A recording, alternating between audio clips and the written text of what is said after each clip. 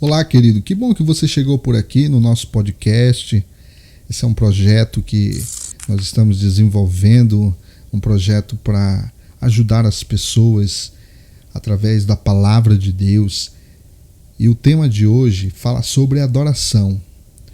Existe uma canção que ela foi desenvolvida num período muito importante da vida de uma comunidade, de uma igreja na Inglaterra. O nome da canção é The Hard Worship.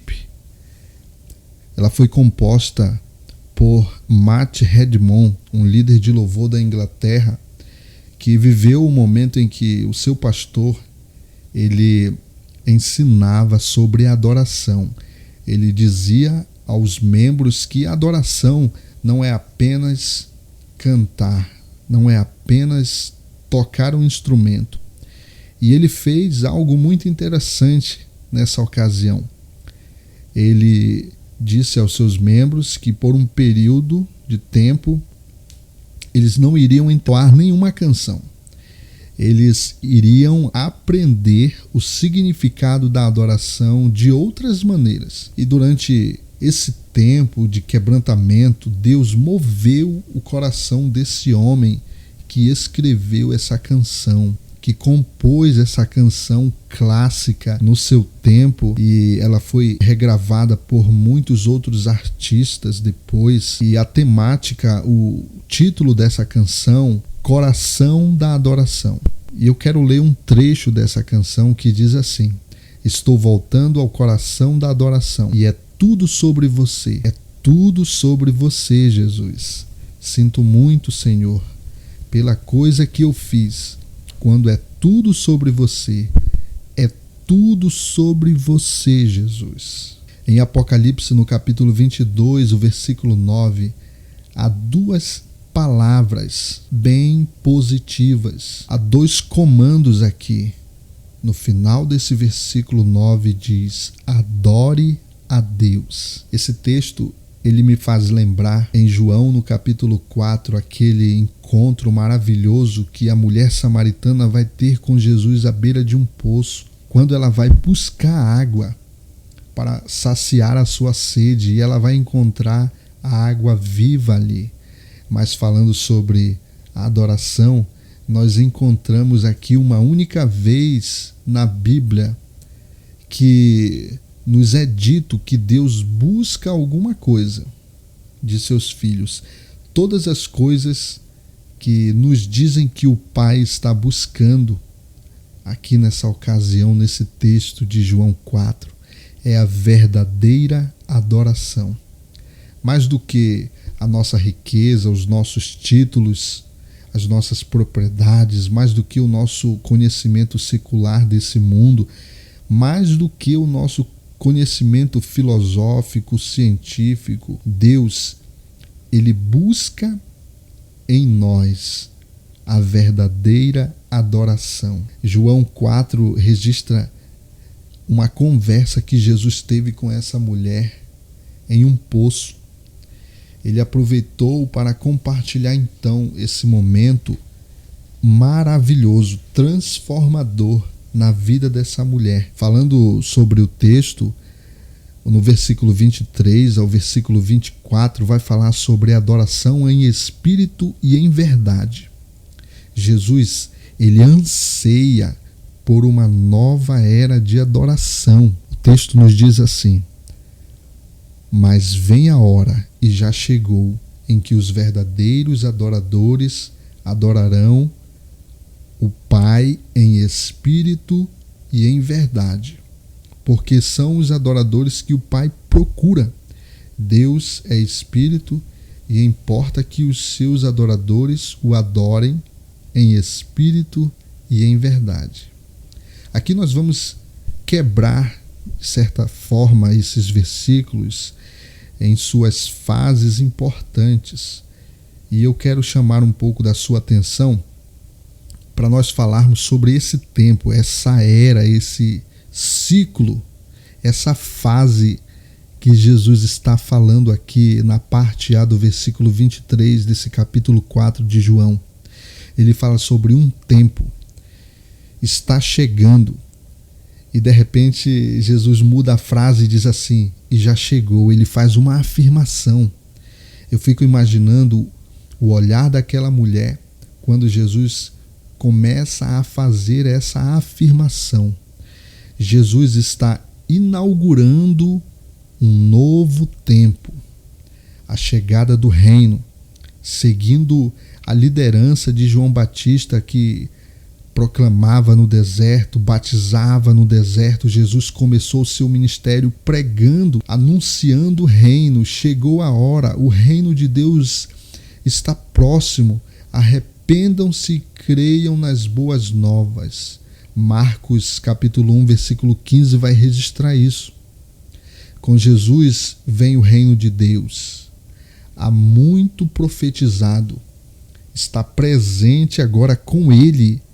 Jesus está dizendo àquela mulher samaritana que o tempo de adoração espiritual do povo de Deus chegou. Mas ali naquele momento, Jesus está querendo mudar um conceito.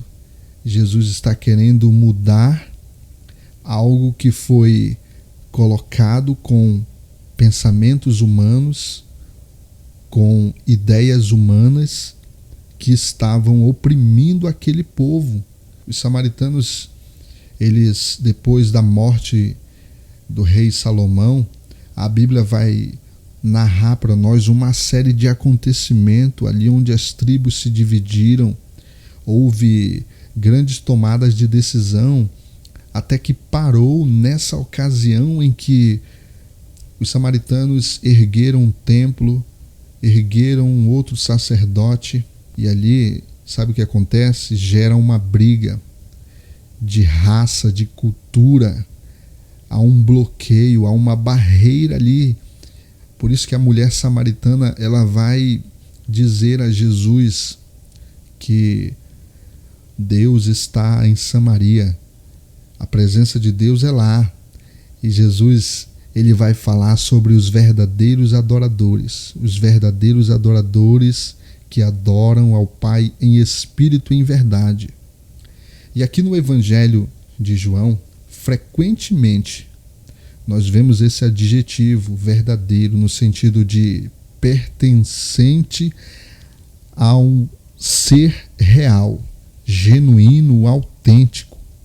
Quando o Evangelho fala sobre a luz verdadeira, sobre os verdadeiros adoradores, o verdadeiro pão do céu, a videira verdadeira, somente Deus é verdadeiro. Mas o uso de verdadeiro por João, às vezes vai além da ideia de autêntico, para a ideia de último, refletindo a revelação final da verdade de Deus. Olha o que Jesus ele está trazendo. O reino, Jesus está trazendo uma palavra que é decisiva, a luz final, o maná, o pão final, a videira final. Jesus está numa expectativa pelos verdadeiros adoradores, que não estão vinculados a uma raça ou a uma religião, mas adoram ao Pai em espírito e em verdade. João 4, 24, a parte A, vai falar que Deus é espírito. Mas o que significa em espírito e em verdade? Mas aqui João, em específico a esse momento, a essa ocasião de Jesus e a mulher samaritana, parece estar se concentrando na ideia de que Deus é invisível e onipresente. Não deve ser representado por nenhum tipo de objeto físico, nem confinado a um único lugar. Jesus ele está trabalhando em sua fala, em sua pregação, em seu ministério. Ele está convencendo o coração daquela mulher que tinha valores, que tinha conceitos humanos, adoração em espírito e em verdade. O versículo 23 diz: mas vem a hora, e já chegou, em que os verdadeiros adoradores adorarão ao Pai em espírito e em verdade. O final desse versículo 24, ele vai colocar uma condição aqui, que é necessário que os seus adoradores o adorem em espírito e em verdade. Refere-se à adoração que é espiritual e não meramente física, como seguir movimentos físicos da adoração, aparecer, sacrificar, trazer presentes, ajoelhar-se, levantar as mãos, porque alguém está determinando. Muitas pessoas se utilizam desse contexto como uma forma de alienar pessoas. Mas Jesus, ele ensinou que somente aqueles que são nascidos pelo Espírito Santo, estão no reino. Esses são os verdadeiros adoradores. Também devem se aproximar de Deus por meio do Espírito Santo. Dentro deles, aqui algo que muda, algo que altera aqui, é que o Espírito Santo, ele nos leva a Deus, nos leva a Cristo, ele mostra a mensagem da cruz, o que Jesus fez por nós e continua fazendo. Mas o Espírito Santo, ele habita dentro de nós. Essa é a função do Espírito Santo. Como verdadeiros adoradores, nós temos a plena certeza que ele vive dentro de nós. E nós assim podemos adorar a Deus verdadeiramente. Primeira Epístola de João, capítulo 3, versículo 18, diz: queridos filhos, não amemos com palavras, nem com a língua, mas com ações e em verdade. Olha o que a verdade faz. A verdade nos esclarece, a verdade coloca um ponto, a verdade, ela abre caminho, ela nos dá a visão do reino de Deus.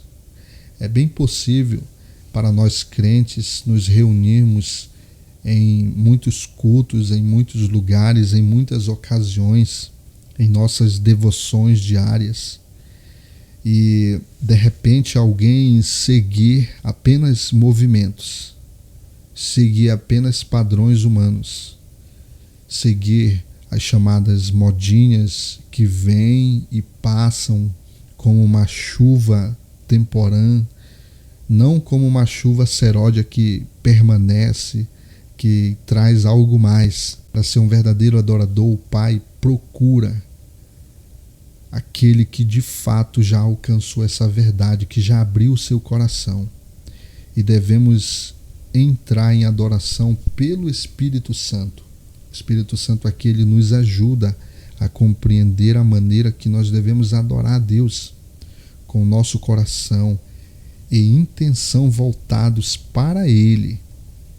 Ele está buscando adoração autêntica e genuína em nós, não apenas da boca para fora. Você já passou pelos movimentos da adoração sem adorar? Como você pode adorar de uma maneira mais agradável a Deus?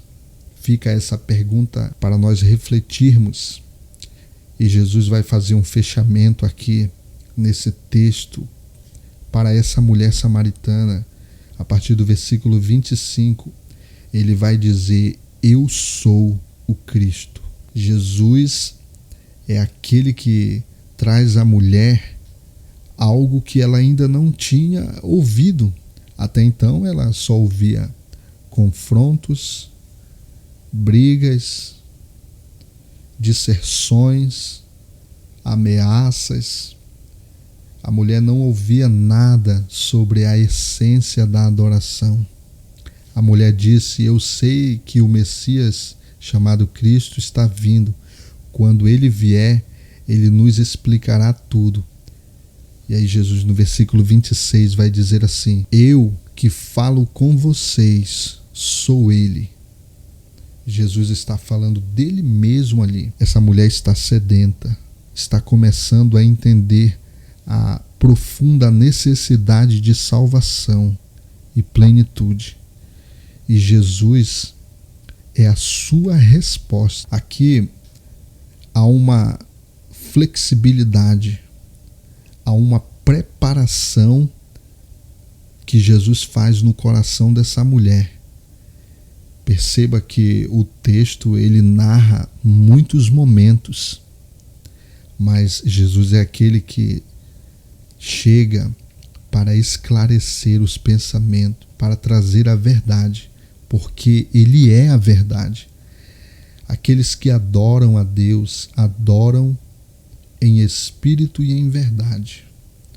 Nosso testemunho sobre Jesus é uma ferramenta poderosa para levar a outros a crerem nele.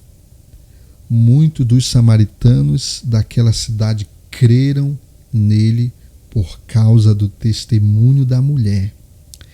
Ele me contou tudo o que eu fiz, disse ela. Então, quando os samaritanos foram ter com ele, insistiram para que ficasse com eles, e ele ficou 2 dias. E por causa de suas palavras, por causa da sua pregação, muitos mais se tornaram crentes. Eles disseram à mulher: nós não acreditamos, mas apenas por causa do que você diz. Agora ouvimos por nós mesmos e sabemos que este homem é realmente o Salvador do mundo. É o que vai dizer a partir do versículo 39 ao 42. Aqui Jesus faz um fechamento tão lindo na sua pregação, falando sobre adoração. Isso mexe conosco.